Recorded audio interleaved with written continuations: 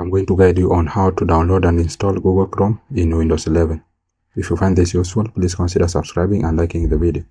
Now to get started, you need to come to your taskbar at the bottom here. Then you are going to see Microsoft Edge. Just click on it.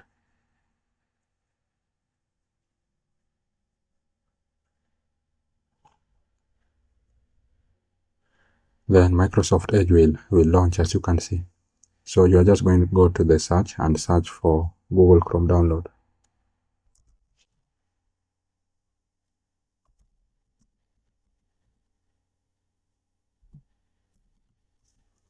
Then press on enter. Then you will scroll down a little bit. Then you are going to see this first link here. Google Chrome download, the fast and secure.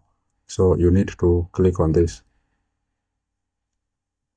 Then it will land you on this page. So just click on the download button for Windows 11/10 64-bit. So in order to confirm that your computer is 64-bit, you will just press on your Windows button, then search for settings. Then open settings. Then go to system. Then click on about. Then you are going to see system type here, 64-bit operating system. So if yours is 32-bit, you are going to download Chrome for 32-bit. So we will go back to Edge, and then you will be able to see the one that you need to download. So once you confirm that, you are just going to click on download Chrome.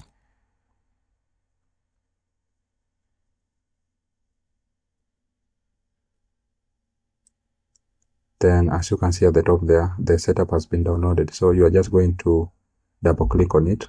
Then you will follow the procedure of installing it, because for me I've already installed it. So you are just going to double click on the setup.